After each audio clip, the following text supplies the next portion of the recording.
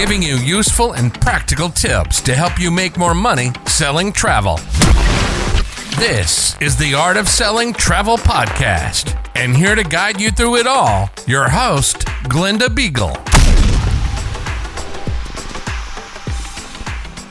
Welcome back to a brand new episode of the Art of Selling Travel Podcast. I am so happy to have you here.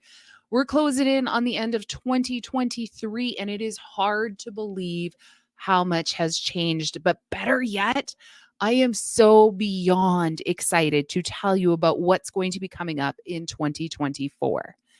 So you will notice the podcast is going to be getting a bit of an overhaul in 2024 when we switch to 2 episodes a week. I am super pumped for that.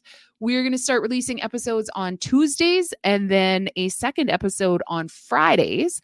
And that is part of our brand new shows in the series called Advisors on Air. It's kind of that after hours. It's very much focused on having coaching so that you can call in, get your questions answered.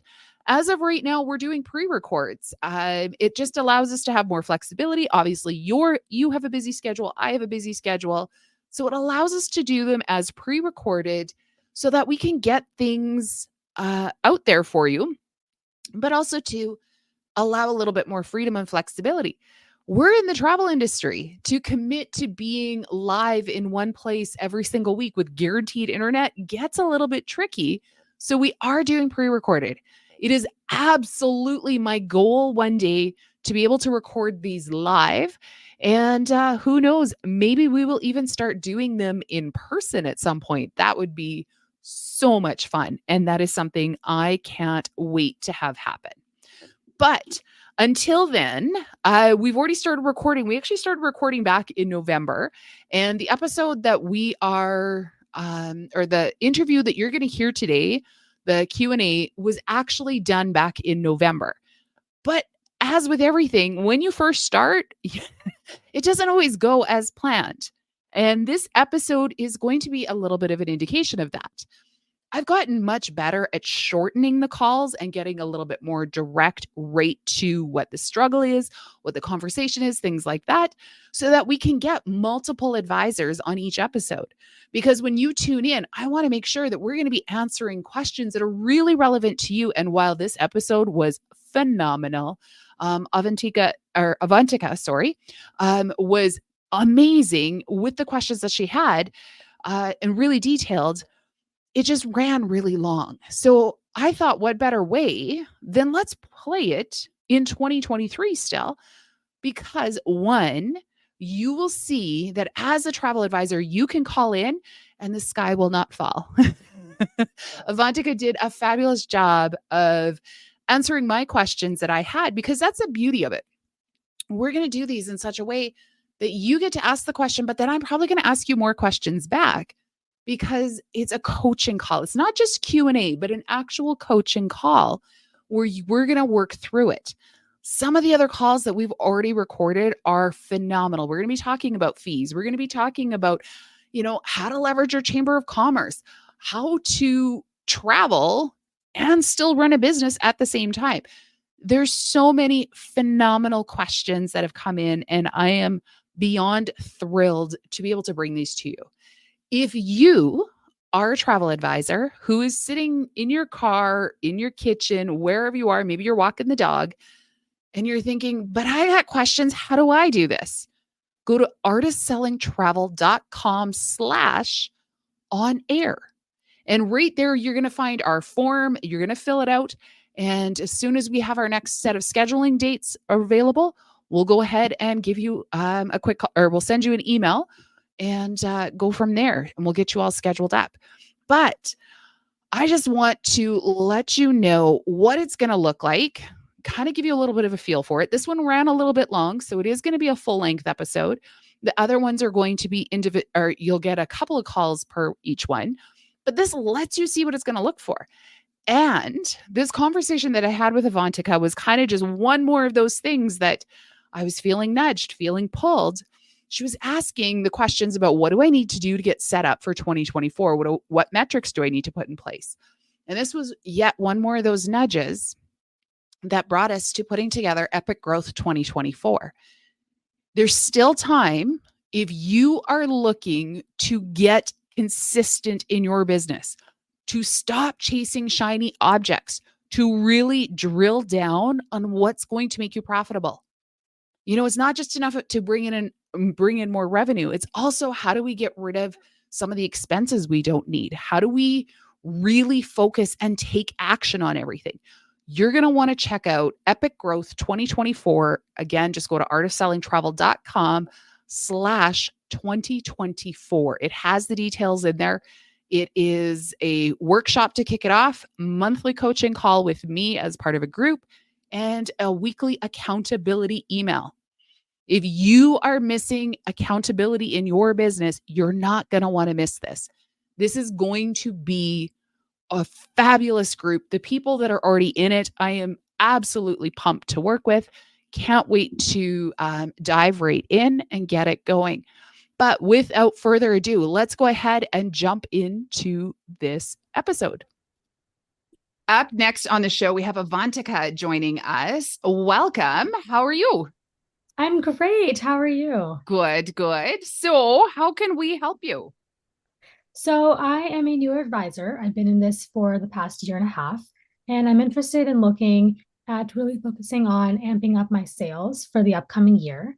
And I'd like to discuss what metrics to look at for this past year in terms of sales, what's actually important versus what's fluff, and then looking at 2024 in terms of what should I focus on with my metrics, what's going to actually help me lead and drive sales beyond friends and family and referrals, a handful of them, and how to really grow the business and get them from curious to booked. Absolutely. Absolutely. Well, you've definitely been around for a while if you know it's curious to booked. So I love it. Absolutely. I love your podcast. Oh, awesome. So first and foremost, if we want to look forward, we always got to look back. So in 2023, what would you say worked well for you? Oh, interesting. I guess putting myself out on social media, like trying to continue to build up that reputation. I've traveled extensively. I have a big background in that. And so since I'm, of course, converting this and have been working on converting this into a business, trying to really convey that I also know how to book, and I actually am building relationships, and I'm legitimate and not just doing this as a hobby or a fun side hustle, but it's legitimately the thing that I'm focusing on. I think also trying to take out the emotion out of the business portion. That's a lesson that I'm still working and I'm still learning and implementing. But I'm realizing that if I can just try to look at data and look at metrics and not make it personal, despite the business being very personal and it being just me, I think I can do a lot better with sales and actually look at what's moving the needle compared to getting caught up with they looked at it or they reached out or they didn't book or they booked and it's not what I thought. And so yeah, I think those are kind of the two big pieces, if that's helpful. Awesome. Awesome. And it is important. And I think some of the things you hit on are really important for anybody else that's listening. And as you said, this is a very personal business. I am a big believer in dealing in relationships. So when I worked with my travel clients, because we're not just, selling them a lipstick. We're not just selling them something basic. This is something people have, in some cases, have dreamed about for years, if not decades, and they have saved up. Now, maybe it's just a weekend away that they're doing, but you know what? We also can't discount that because it's very possible, depending what stage somebody's at, that weekend away might be something that they've had to save up for a couple of years. So we are dealing with things that are very personal to them. We don't always know why they went away. Maybe they went on vacation because they needed to rebuild their marriage. Maybe they went on vacation because they just suffered a major loss in their family. These are very personal situations that we're dealing in. So to separate the business from the personal is really important too. It's that whole idea of we can't take it personally, but you did also say something in there too about the fact that you have had clients that have inquired. They've had that curiosity. They've put forward the inquiry, but then they didn't book with you. Yes. When you ask about what should I be tracking in 24, I want you to track all of those as well. Mm-hmm. Because we need to know, one, how many inquiries we're getting versus how many bookings we're actually closing.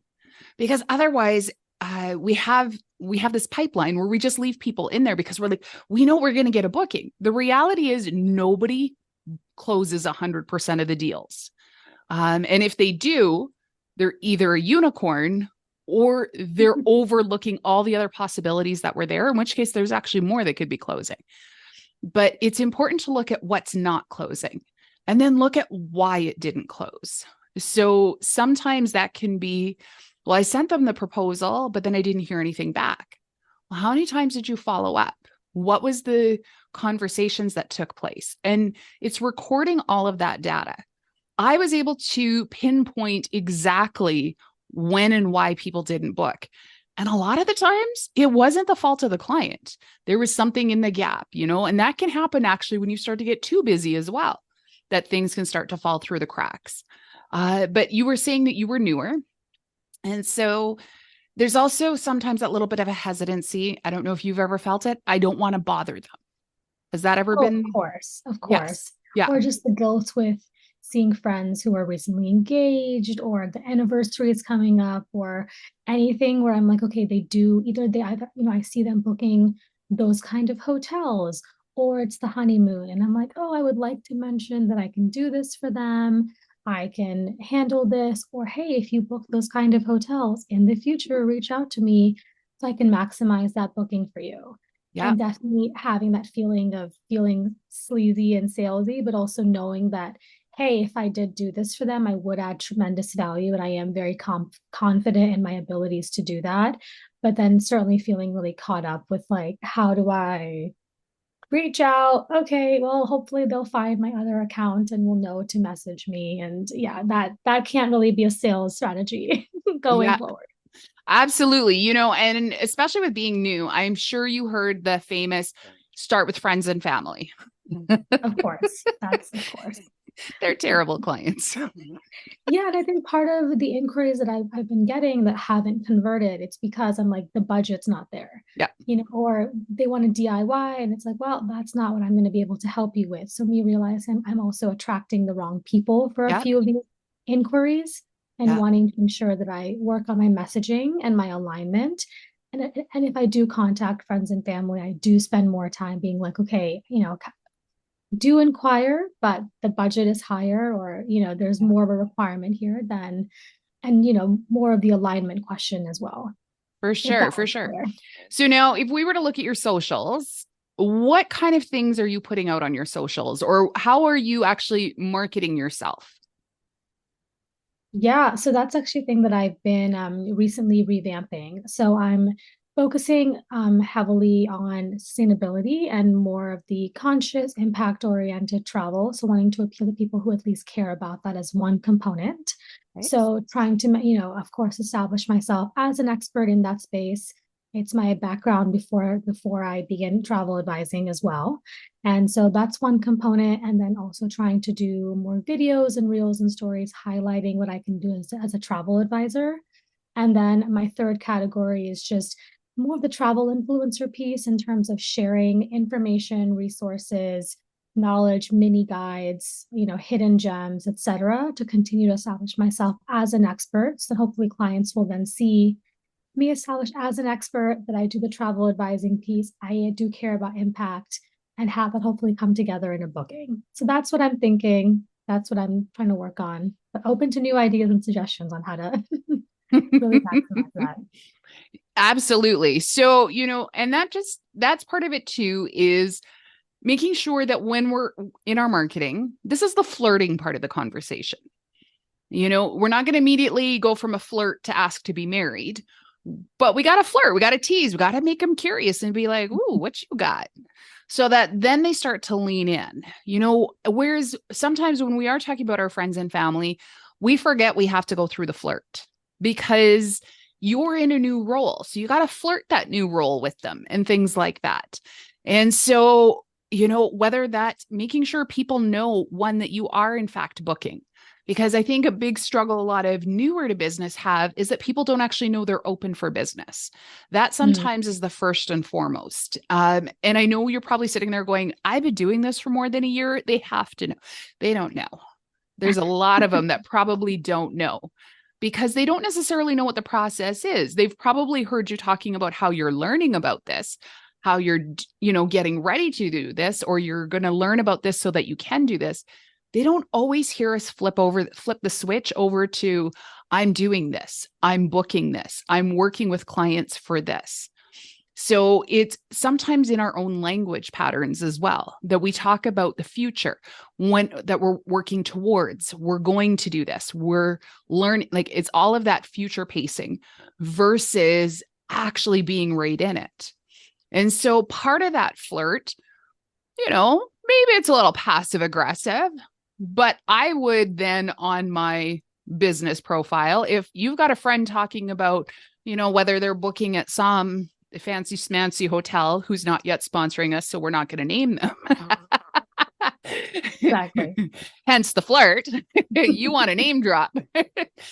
But the thing is, though, is that it's, I love when I get to book my clients at hotels such as this, because these are the amazing amenities that don't cost them anything extra. And suddenly you flirted it. Now, you didn't actually put it you didn't put it on their comment, but you put it on your business page. Lo and behold, maybe that's something you share to your personal one, knowing that there's somebody within your personal sphere, because you want to have that conversation where they go, wait, what? Wait, you can do that? Oh, you have clients that do this. So sometimes it's even just simply talking about what you're able to do for clients, but not talking about it in the future tense. But I love that I have the opportunity to book clients, because you're not saying you have, but that you have the opportunity to offer your clients this. And you want to talk about it in the current space, that you can do this for somebody now. And it's just upping that flirt so that they can see that added value. Because if you're going to pay the same price, don't you want bonuses? Don't you want those added amenities? And then on top of it, you're going to get the services of a travel advisor. Now, obviously, I'm going to encourage charging fees always. Oh, of course. But it's the hotel itself is then going to give them these amenities. And maybe it's a tray of chocolate dipped strawberries. You know what? At the end of the night, those are kind of nice to come back to. They're 100%. really lovely. May have enjoyed a few of those in my day. But, it's those sorts of things. How can you elevate something that they're already going to purchase? And just have those conversations. And it's going to start slow. And then they're going to start going, oh, okay. Now, the other thing is when you get those friends and family that come, if what they want to book isn't going to fit within an experience that you're comfortable selling, because maybe their budget wasn't where you want to work, and therefore you can't guarantee that they're going to get the experience you want them to have, you also have to be okay saying, you know what, I think you're better off DIYing that one. Because you have to be as good with letting the file go as you are with taking the file in. Because you will be the first one that gets blamed if it doesn't meet their expectation. I think that's so spot on. And the part that's really difficult is to say, oh, well, actually, I'm not the right fit. And it's certainly a struggle to just accept that they're not the right fit client. I do have a certain client profile in mind, and it's great to get the inquiry, but I love your point of, you have to be just as comfortable at saying no. Mm-hmm. Yeah, absolutely. Saying yes is easy. Lesson release, right? Yeah. Right? Saying yes is super easy. Will you waive your fee? Yep. Will you waive your fee? No. It has to be just as hard to say yes as it is to say no, because there's so much more that's involved in that. Yeah. And I think that to your point earlier too, of trying to share the business stuff on your personal profile, I think that's an interesting question too, or interesting discussion is like how much you can sort of Not mix much. and match in both. Not much. I'm not a big believer in doing much of my business on my personal, but that's also just me. One, I have very set boundaries. I don't want people interfering with them and getting involved in that. I don't want my personal profiles to have anything to do with my business, if that makes sense, because I do have a pretty clear separation between personal and business. So I didn't share a lot. Now, that's where I said it might be a little bit passive aggressive, that if I saw somebody doing that and that they didn't reach out to me, I'd be like, hey, check this out, And so then that way, and then they'd be like, oh, so funny you mentioned that. I'm like, no kidding. But I was not big on sharing it back and forth. I would do the occasional to be like, hey, if you're not already following me over here, you need to come follow me. And you need to bring all your friends with you when you do. And so I would do that sort of thing. But no, on my personal, I don't do too terribly much. I did just recently share, we've hit a new milestone on the podcast download. I did share that to my personal one because to me, that was something I was celebrating. Mm-hmm. Does it remind any of the travel advisors that are connected to me on my personal page? Like, hey, yeah, no, am I on there? Am I doing this? It's a little bit of a reminder, but at the same time, I was like, forget it. I'm just celebrating. Like, we are going to have a dance party for this one. And here we go type thing. So I do more of the celebrations on my personal one, but I keep everything else. Anytime I'm deep relationship building, I don't need to build business relationships with my personal base. I want to do that over on my business pages. Mm-hmm.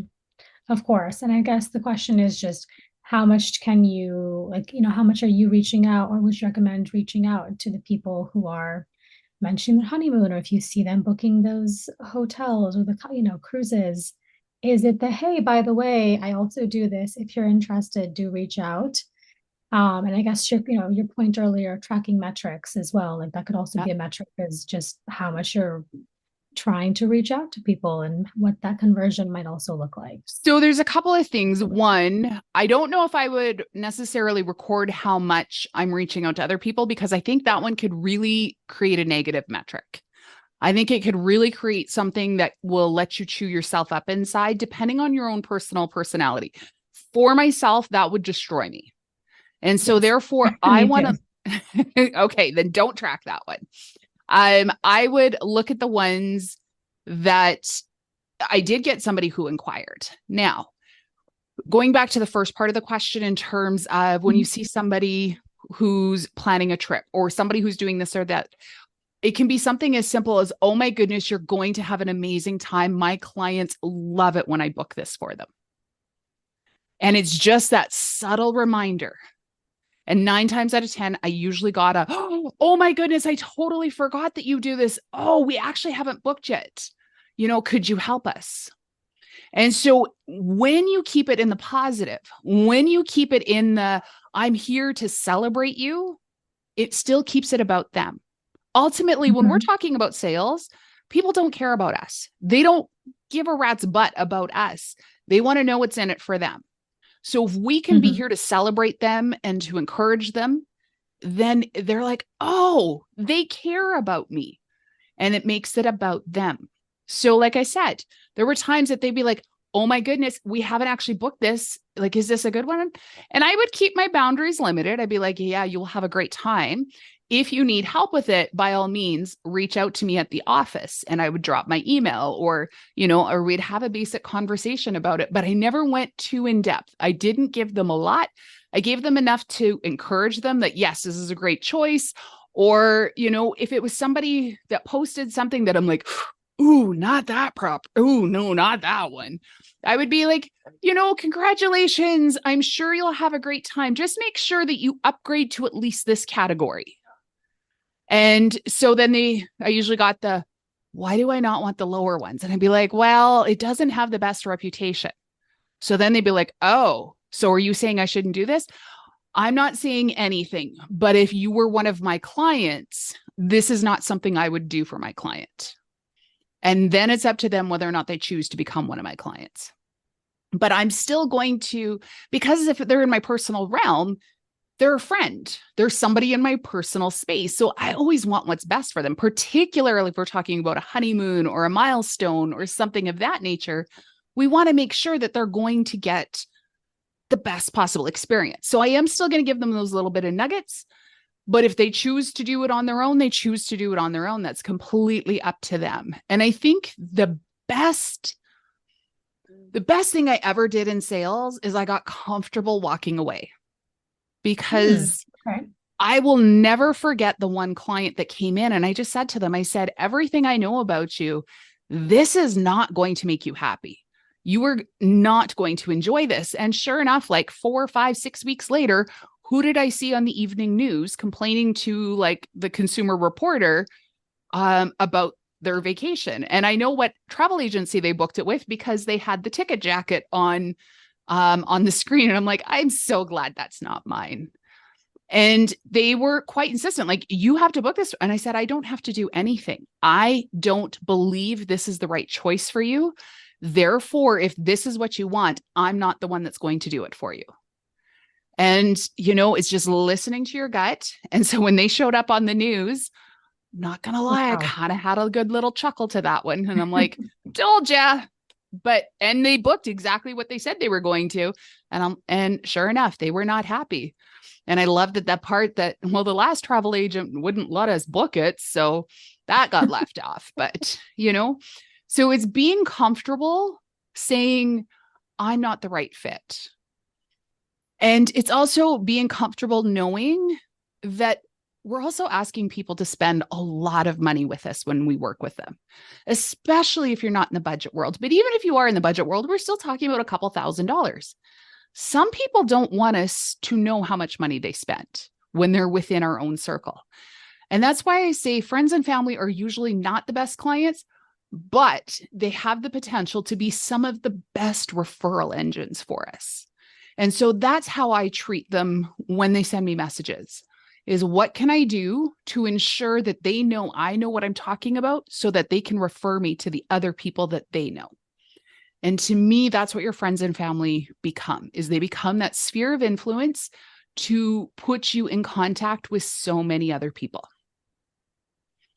I love that as a reframe in terms of how to maximize those connections and contacts and also maintain that relationship as well in a way, kind of looking forward.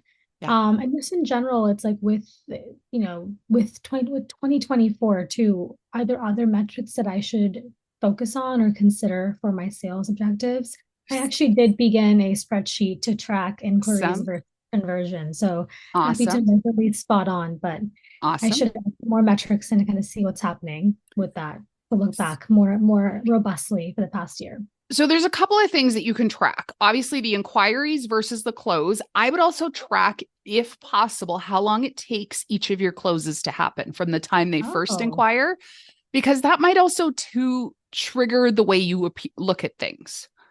Because a lot of people think a close should happen in the first week.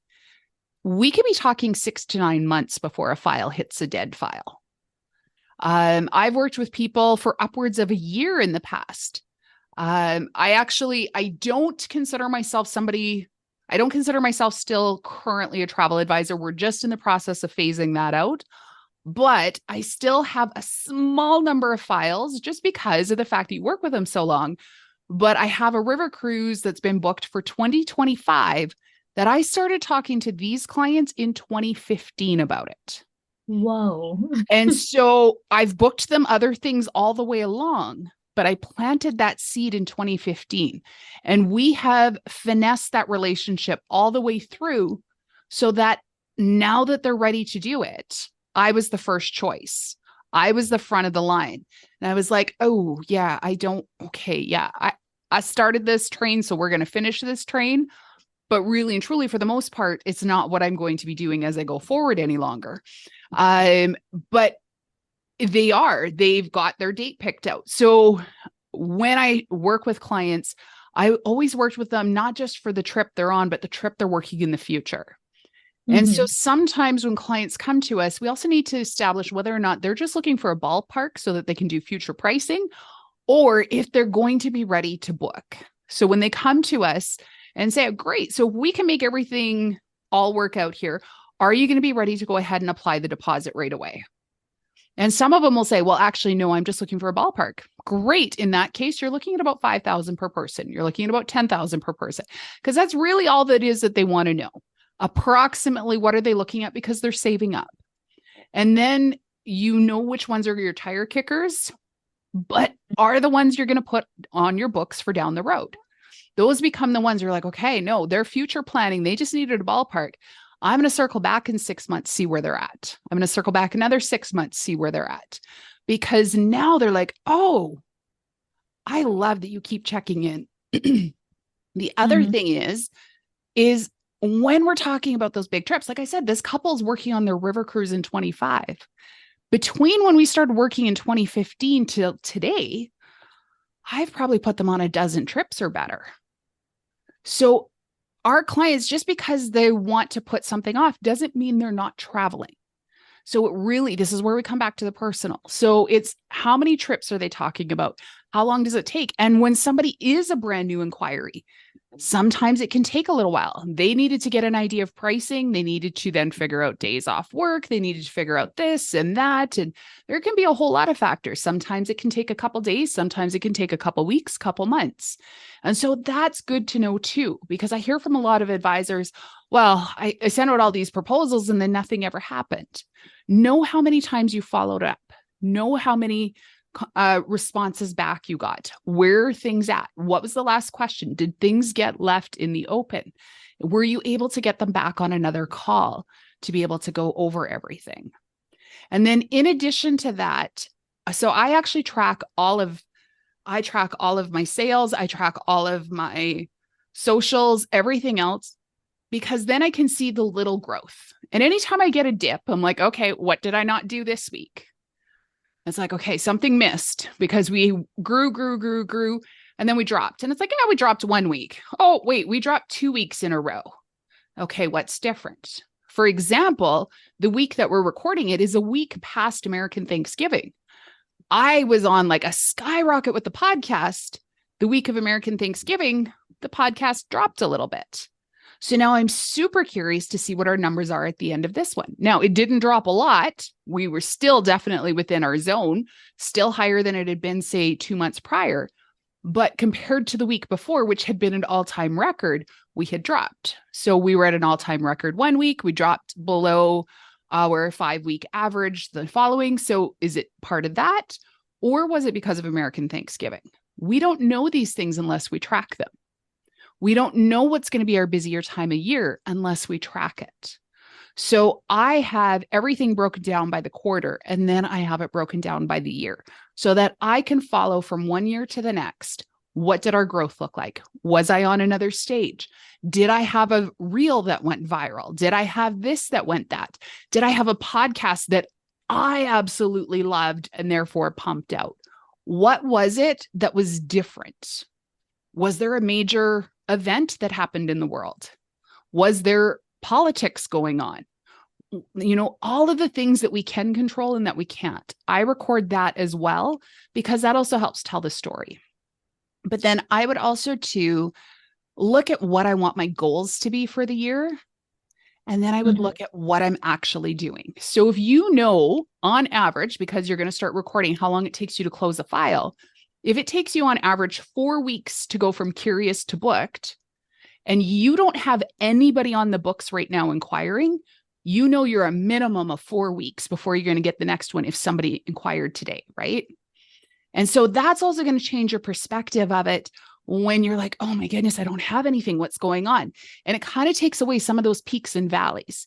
It takes away some of those feast and famine feelings of, I don't have anything going on, because you know that it takes that long for it to churn and move through. So therefore, you don't want to wait until you're at the end of your pipeline before you start looking to fill the back end of it again. You want to keep making sure you're doing something every single day, even if it's 15 minutes. So as we were saying earlier, you don't want to necessarily record how many times you like, oh, congratulations on your engagement. You don't want to record that, but you do want to say, I did 15 minutes of engaging with people online today, and record that. Because then if you notice that check every day, and then you have, say, a 3-week period, You notice a little ways down the road, it's not, you have a gap. Well, if you look back, oh, I took 3 weeks off from being consistently engaging on my socials. Ed Milet on one of his recent podcasts was saying things work on a 90 to 120 day cycle.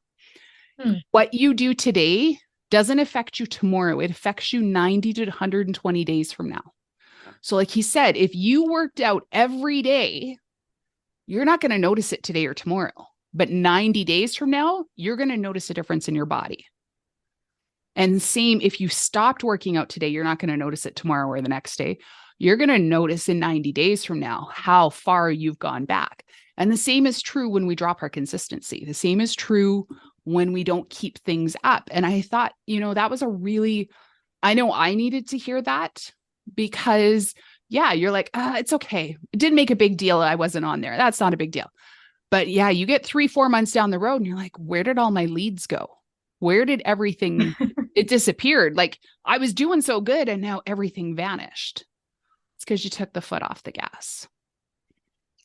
I think that's a great point because I know I certainly, if I'm actively working on client trips, then social media suffers, my marketing suffers, and then vice versa. But really, I need to consistently be doing both and just carve out the time to show up on social, finally build my email list that I've been discussing for 12 months, and then spend time on these metrics more consistently compared to, okay, today is finance day and let's do all the numbers. And then it's dry for 2 weeks. Yeah. And then I'm back on my spreadsheet. And I like your point that everything really does need to be more consistent to finally see those results in 3 to 4 months. Yep, absolutely. And it doesn't have to be a lot.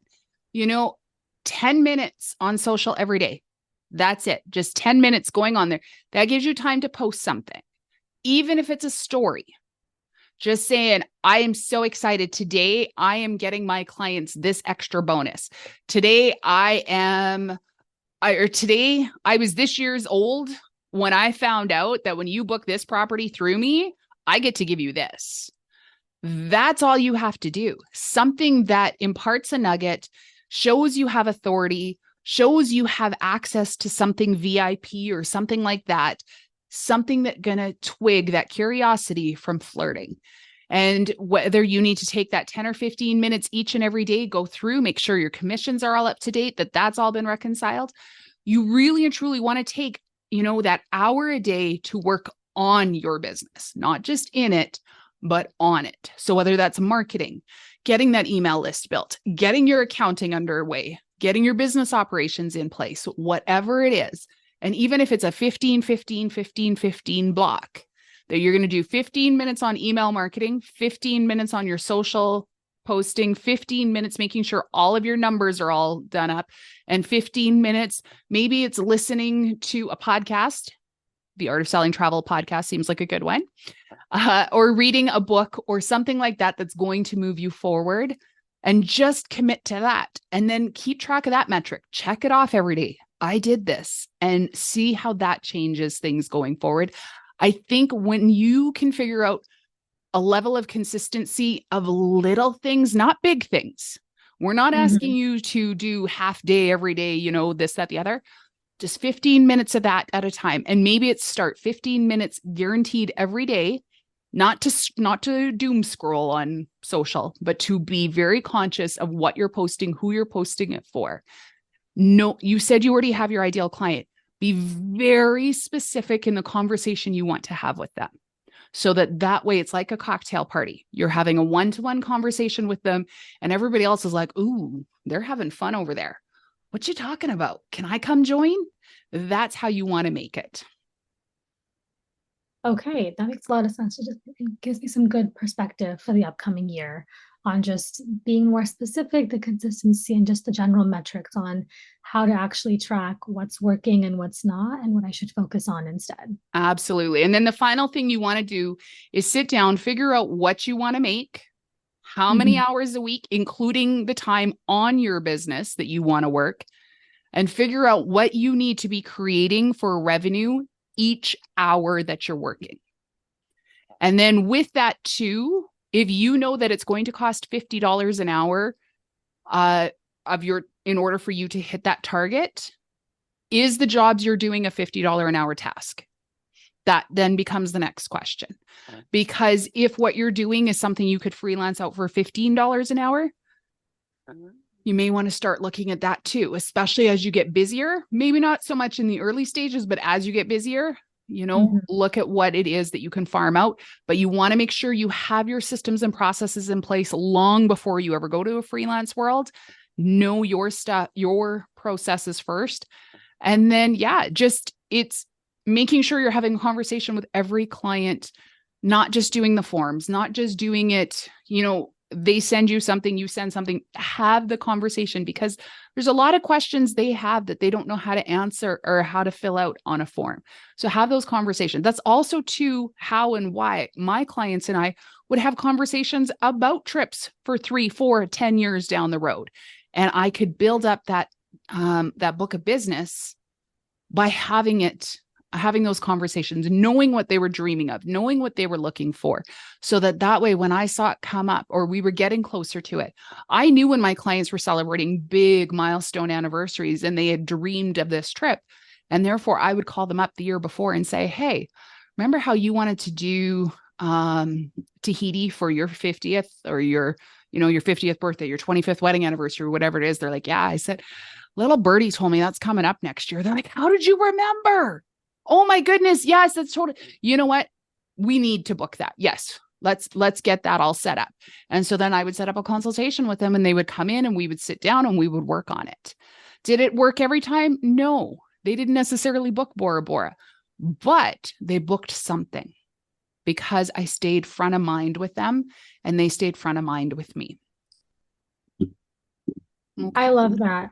I think the one clarification is with the revenue questions. You're mentioning that I should, of course, have a specific sales goal in mind. And then is it just dividing that number by the number of hours per week that I'd want to work on my business to figure out the per hourly metric? Yeah. So let's say that you only want to work 20 hours a week, but you want to hit a goal that's going to get you, I said 20 hours. So $1,000 a week as your revenue. Keeping in mind, like there's a whole thing that goes into it. You got to have expenses, taxes, profit, wage, like everything. But let's just, for easy numbers, let's say you plan to work 20 hours a week and you want $1,000 a week to come into your business. That will cover everything. That means every time you're working, you need to be generating $50 an hour worth of sales. So therefore, one, that's how we stop doom scrolling, because doom scrolling don't pay the bills. And being popular doesn't pay the bills. There's a lot of coaches out there that's going to teach you how to dance on TikTok and Reels and things like that, because they're going to get you really popular. That doesn't actually get you profitable. So we want to be doing things that's going to move you forward. So what can you be doing to move you forward? Some of it may not be done online. Some of it might be researching other groups that your niche is hanging out with, that maybe, you've got clients that are very focused on, let me just think here, that you want to bring in multi-generation, affluent, things like that. Actually, the earlier call where we had asked, do you want, or when you work with that school, is that school where those parents and grandparents are hanging out? Or is that a heart-centered project versus a business-based project? We want to make sure that we're putting the things out there. Are we putting out the types of content that's going to appeal to that? Are we putting it out on the right platforms to find those people? Maybe those people are going to find you through Google, not through a social platform. So it's really drilling down to who it is you want to sell to, and then making sure you're at the same place they are, with the same imagery, the same wording, the same everything as what they're already looking for. If they're kind of like the Rolls Royce type client, you're not going to show up there with the DIY McDonald's type Canva. You're going to show up with a different level of marketing. You're going to show up with a different level of conversation. Your reels are going to look different based on who it is that you're trying to have a conversation with. And I know even for myself, as much as I understand this and as much as I know who it is that I'm talking to, it was so funny. I did a post not too long ago about the books that I'm reading and the fact that I'm obsessed. I can't tell you how many DMs I got. I did a podcast episode about books. I got DMs up the wazoo. And I said to my husband, and I said, I am so dumb. I said, because I'm talking to people who are just like me. I need to make sure I'm having the same conversations I want to have. And so that's going to start to take over some of my social. What do I enjoy when I'm online learning from people and things like that? You're going to see a lot more of that showing up on my socials because I was a travel advisor for how many years? So these are the things that I learned. These are the things I did. In emails that go out, I'm starting to include a new success hack that goes out. They're not necessarily based on sales, but they're based on something that I tested out. It worked. And there you go. I sent out an email earlier today, the day we're recording this, on something that I learned that works really well on Instagram stories. So I just included that. That's not something I'm necessarily going to put out to the rest of the world. But if you're on my email list, then you're going to get in on that. So therefore, anybody who wants those insider tips, who wants that extra nugget, they're going to get on my email list. And alongside of that, I had also announced that I was releasing one of my programs. And lo and behold, in come the sales as well. So I get the messages back of, I can't wait to try this. And then I also get the messages of payments been received. And so I didn't go out there and really pump up the, hey, you got to buy this, because that section was very small in comparison to the size of the section on the success hack. And so because I know that's something that's going to be juicy, I know the people who got something out of that are definitely going to open my emails again next week. And because it's very applicable to them and it's applicable to what they need in their business, because once they get more eyeballs on their business, then they're going to need more help with sales, which brings them back to me again. Okay. That's a nice loop. Absolutely. Thank you so much. Absolutely. So if you're not already in our Facebook group, go join it and let us know how you make out with your sales in 2024. And I can't wait to keep in touch and see how that goes for you.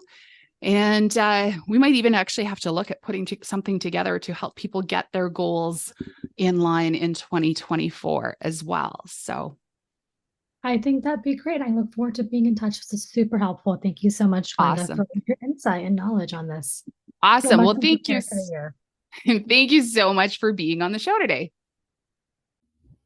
Oh my goodness. How awesome was Avantika? She was so willing to be coached. I loved this episode. It was, as I mentioned at the beginning, it was part of this that Epic Growth 2024 came to be. And I absolutely encourage you, especially if you're a solo travel advisor, if you're not working in an office with other people and that there's people to keep you accountable, you are going to want to be a part of Epic Growth 2024. You can go to artofsellingtravel.com/2024 to get in on that. And also too, if you want to get coached, if you want to have your question answered, go to artofsellingtravel.com/on-air and become a guest on the after hours episodes. Again, those are going to be playing on Fridays starting January 5 of 2024. I can't thank you enough for everything that you guys have done for me this year. The messages you've sent, the reviews you've left. Oh my heavens. I love reading those reviews. I don't know why it was that my computer wasn't showing me some of them, but I just discovered a bunch more that have been left there. I love this one from Deshelle. A swift kick in the butt all travel advisors need.